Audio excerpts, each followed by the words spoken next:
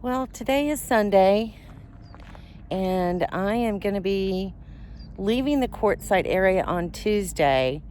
The weather forecast for Wednesday and onward is in the high 90s, like 95 to 98 degrees, and that's just way too warm for me. Before I leave Quartzsite, I've been wanting to come by to see this monument. It's the High Jolly Monument.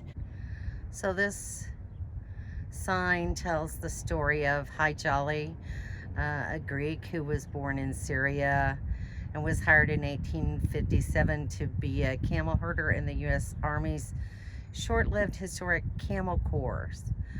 And he helped do his expedition chart a wagon road across New Mexico and Arizona, ending at the Colorado River. And in 1861, the Civil War commenced, ending the day of the Camel Corps. High Jolly returned to Quartzsite, trying his hand at mining, packing, scouting, and delivering the jackass mail and selling water to travelers. So the cemetery is named in High Jolly's honor.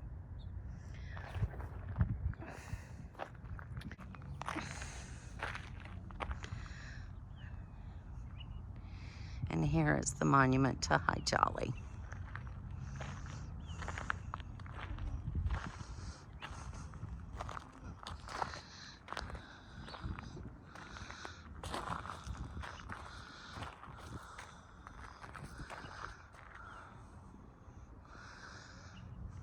Born in Syria about 1828, died at Quartzsite December 16, 1902. Came to this country February 10th, 1856. Camel driver, packer, scout, over 30 years of faithful aid to the U.S. government. And the monument's by the Arizona Highway Department, 1935. Very nice.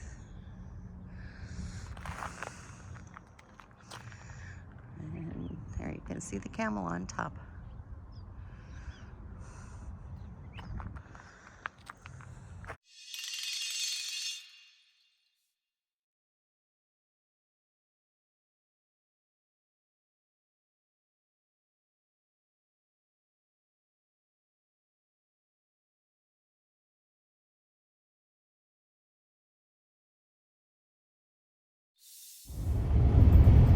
Just happy to be going to a different area. It's getting rather bored with the desert. It was certainly a nice place to be for the winter, and it had a beauty all of its own, but I'm ready to see different scenery. Look at these hills and all of the different greenery, different trees. I was asked a question on Facebook just the other day. He asked, what is the advantages of traveling with a group? For some time now, since January, I have been traveling with the Nomadic Ramblers, and they have been mentoring me through the process of being a first-time full-time RVer and doing boondocking. So as a single female, that can be a little bit scary. You know, a little bit of fear of the unknown. Are you prepared enough?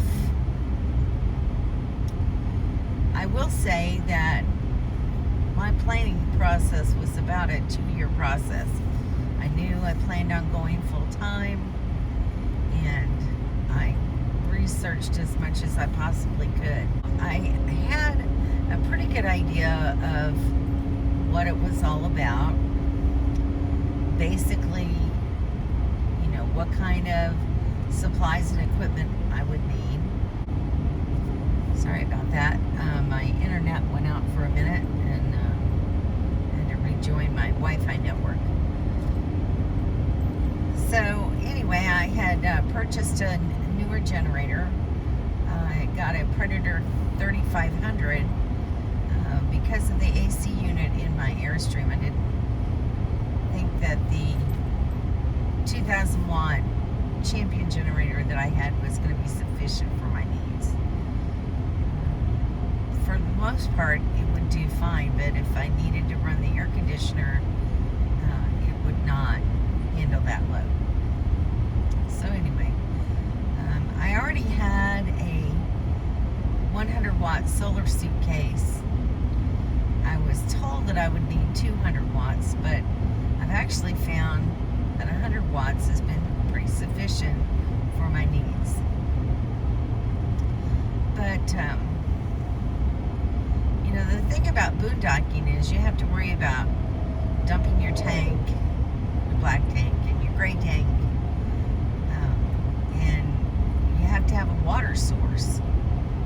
So I carry 4 water containers. 3 of them are 6 gallon and 1 of them 7 gallon. And I had a little piece of hose and a funnel that I could, you know, if I'm out somewhere boondocking and my freshwater tank was empty, I could take one of my water containers and fill as much as I had water for. The only problem with that is that 1 gallon of water weighs 8 pounds. So 6 gallons weighs 48 pounds. Well, so here's one of the things about traveling with a group. Mr. Childers showed me how he has set up a little water pump that he can power with his generator, and he fixed the intake and output hoses so that you put one hose in your water container, it pumps through the pump, and then the other hose goes into your trailer and fills your trailer. So now I have a way to pump my water without having to do all that lifting.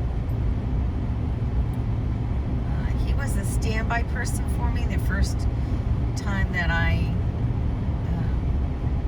did maintenance out boondocking. I did do it a couple of times at home by myself, and luckily this generator is really easy to care for, so that's helpful. But just the other night, just another for instance, my generator quit running on me. I had no idea what the problem was. I routinely changed the oil and cleaned the spark plug and the spark arrestor on it. So I didn't know if it was bad gas. I didn't know if the generator was just quit on me and I was going to have to purchase another one or what. But Mr. Childers took a look at it, and he said, I think it might just have a little water collected in the carburetor. So he showed me there's a little drain hose that comes off the bottom of the carburetor bowl, and there's a little screw. You just undo the screw and it lets the fluid out that doesn't need to be in there. Screwed it back down, and he started the generator right up.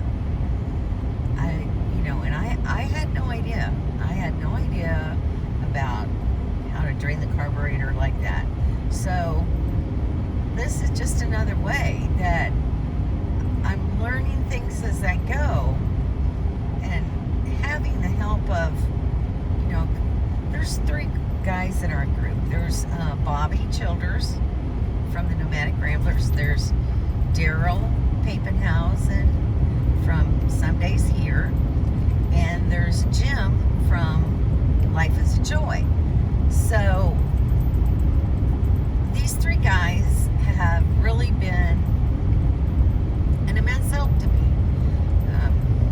just giving me little tips and tricks like that, and teaching me how to do things independently, because I won't always be camping with them. it's been great being with them, and I have really enjoyed being with this group of people. And I know one day I'll be ready to take off and go out on my own. I've camped a lot on my own before, but I always stayed in parks with electric hookups. State parks, national parks, and COE parks mainly. I usually don't stay at high-priced resorts or KOAs. I don't like to spend a lot of money. But I have found that I love boondocking. You know, being out more in nature than even in a state park. And not having to pay to camp is wonderful. And it allows me to do more. So, yes, and just the safety factor, you know, single female out on their own takes more of a risk than when you're traveling with other people. Even couples, you know, just a couple traveling together have a little less risk than a single female traveler.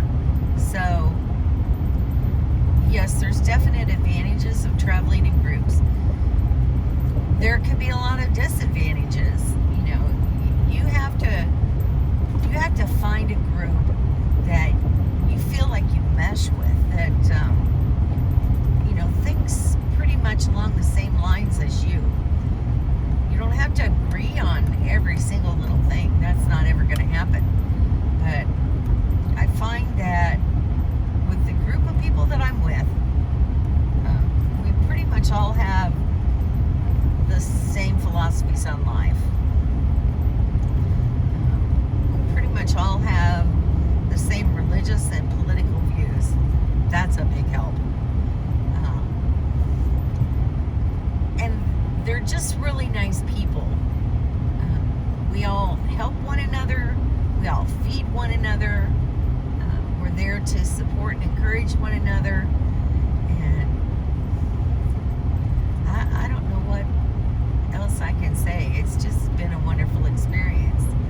So if you can find a group of people like that, it's always very nice.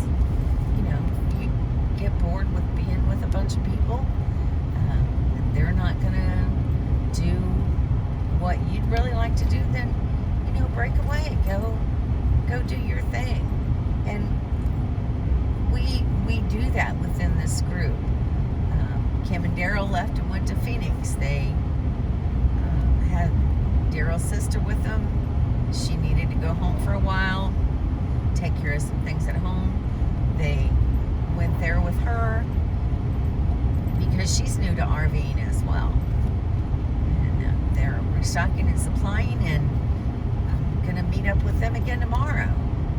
And I took off earlier than the Childers to head north because they're waiting on packages, and I didn't want to stay there any longer. It's getting hot.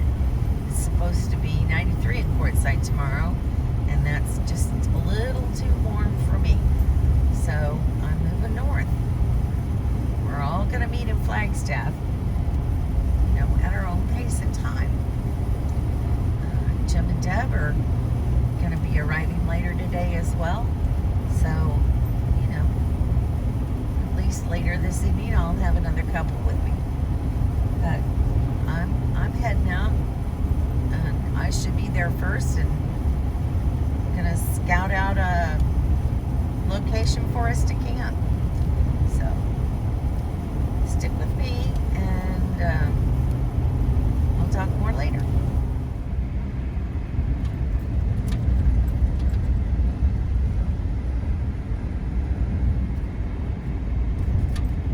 Look at my view this evening. Real trees.